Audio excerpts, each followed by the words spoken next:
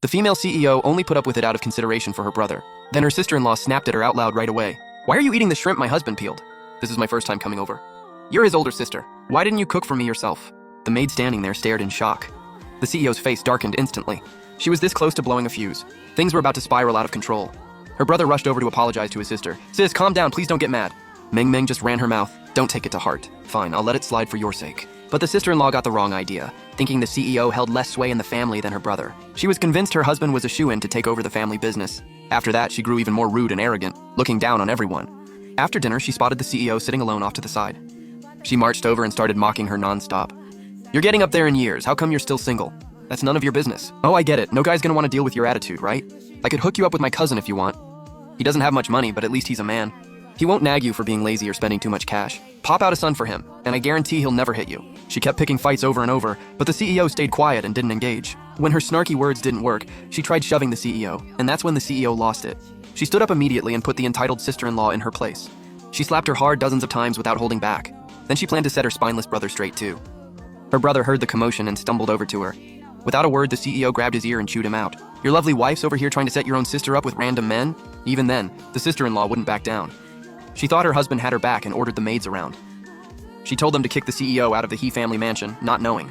The whole family's future lies in the CEO's hands. "Miss Jen, you need to understand the He family's eldest daughter calls all the shots." Realizing she was outmatched, the sister-in-law instantly broke down crying, putting on a pitiful act. Her husband hated seeing her upset and softened up, begging his sister for mercy again. For her brother's sake, the CEO swallowed her rage once more. "Fine. I'll cut her some slack this one time. Get her under control and don't bring her near me again." Everyone thought after this lesson she'd behave herself and stop causing trouble. But bright and early the next morning, the CEO noticed her priceless necklace was gone. It was a custom piece made just for her by her billionaire boyfriend, their promise ring. Panic washed over the CEO right away. She ordered the butler to search every corner of the estate. It didn't take long for the butler to uncover the truth. The sister-in-law had stolen the necklace.